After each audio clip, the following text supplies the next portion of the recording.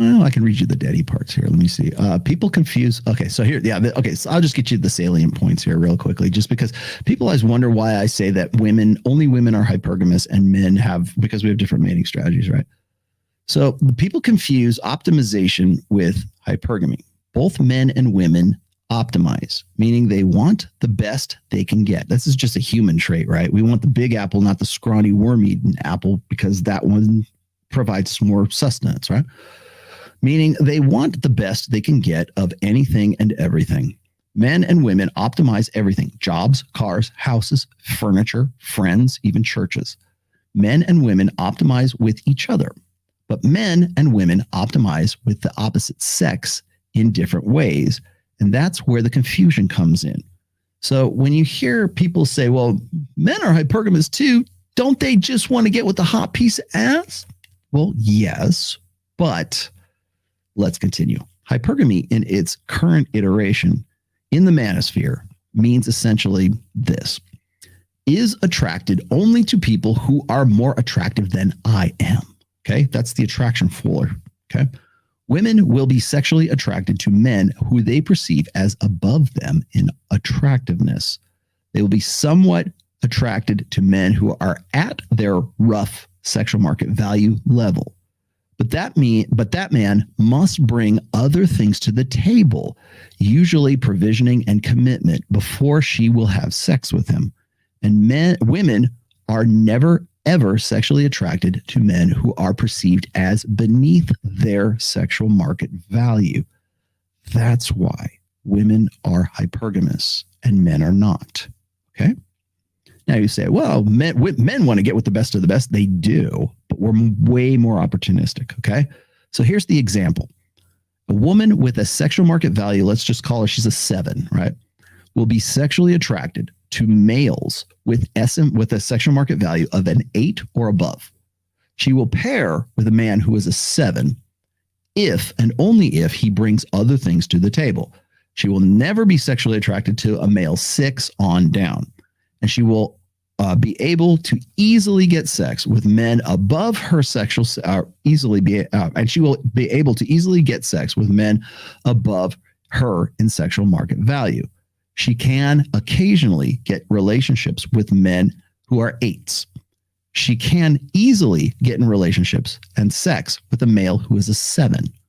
Male 6s on down are her orbiters, with whom she'll never have sex. When we asked the question on Access Vegas about I think one of the questions was, ladies, did you go to Walgreens lately, or have you been to CVS? Like, did you notice the guy who was stocking the shelves? He's the 5'6" Filipino guy who's working his way through college. Did you notice that guy? And like, women like, no. I go, yeah, because he's sexually invisible. They don't even, I would argue that because remember, this was written back in 2017. I would argue that the guys who are the orbiters, if they're 6s, maybe I would say women probably have more 7s as orbiters than 6s, but 6s on down are the invisibles. They're beneath notice. And I think that's important because that also illustrates and describes hypergamy in women, in that it's not even that it's like she won't have anything to do with those guys who are beneath her, or perceived to be beneath her in sexual market value. Because having sex with them is like, that doesn't even enter the equation. But the reason it doesn't enter the equation is because they don't enter her notice. Okay, let's see. Okay, and then continuing here. Men do not operate like this at all.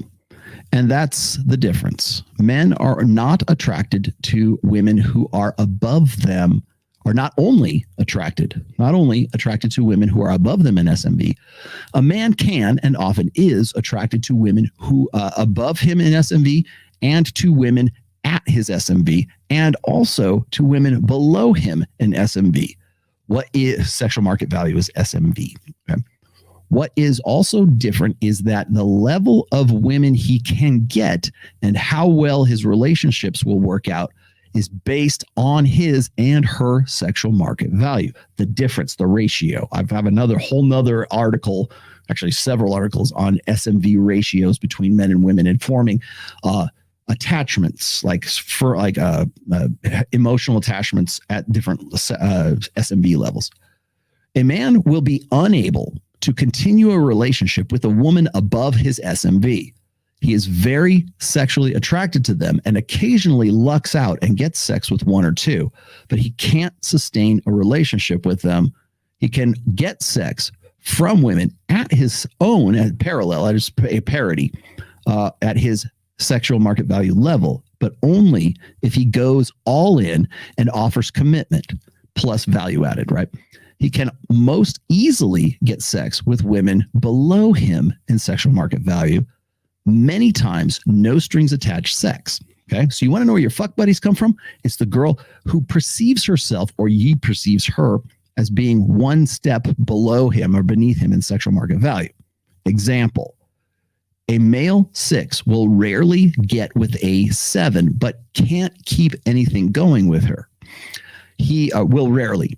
He's not even on the radar of a female 8.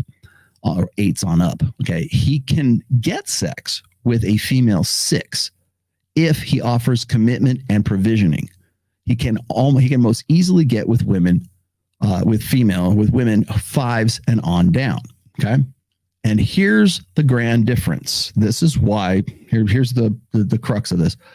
A man is okay with having sex with women at and below his own sexual market value. In fact, he'll be the happiest in his relationships with women who are just beneath his sexual market value. A woman is meh about sex with men at her sexual market value, and she is positively repulsed and sickened at having sex with men below her sexual market value. She'll be happiest in relationships with a man above her own. And remember, this is perceptual. I'll circle back around to this. This is her perception of her own sexual market value versus the guy that she's with. You want to know why you see guys who are with women who are just stunning, stunners, right? And you look at the guy and you go, what the fuck is he doing? How did this happen, right? There's something that offsets that deficit, but that deficit is defined by how she perceives herself, her own self-estimate, her own self-worth, her own self-esteem, her own perspective of her own hotness versus the guy that she's with. Like if the guy, like realistically, we say, God, how'd she get with that guy? That guy's a 6 and she's an 8. But if she perceptually sees herself as a 5, that's how the 6 gets with the 8. So bear that in mind. It's perceptual. Okay. So she'll be happiest in a relationship with a man above her own sexual market value, and she can tolerate a man at her sexual market value. And she'll be miserable at best with a man beneath her in sexual market value, and will tend to blow up those relationships. Men and women both have attraction floors. Men's attraction floor is below their own SMV. Women's attraction floor is either above her own SMV and sometimes at her own SMV, but it is never beneath it. That is why only women are hypergamous. Can we get that through our heads now?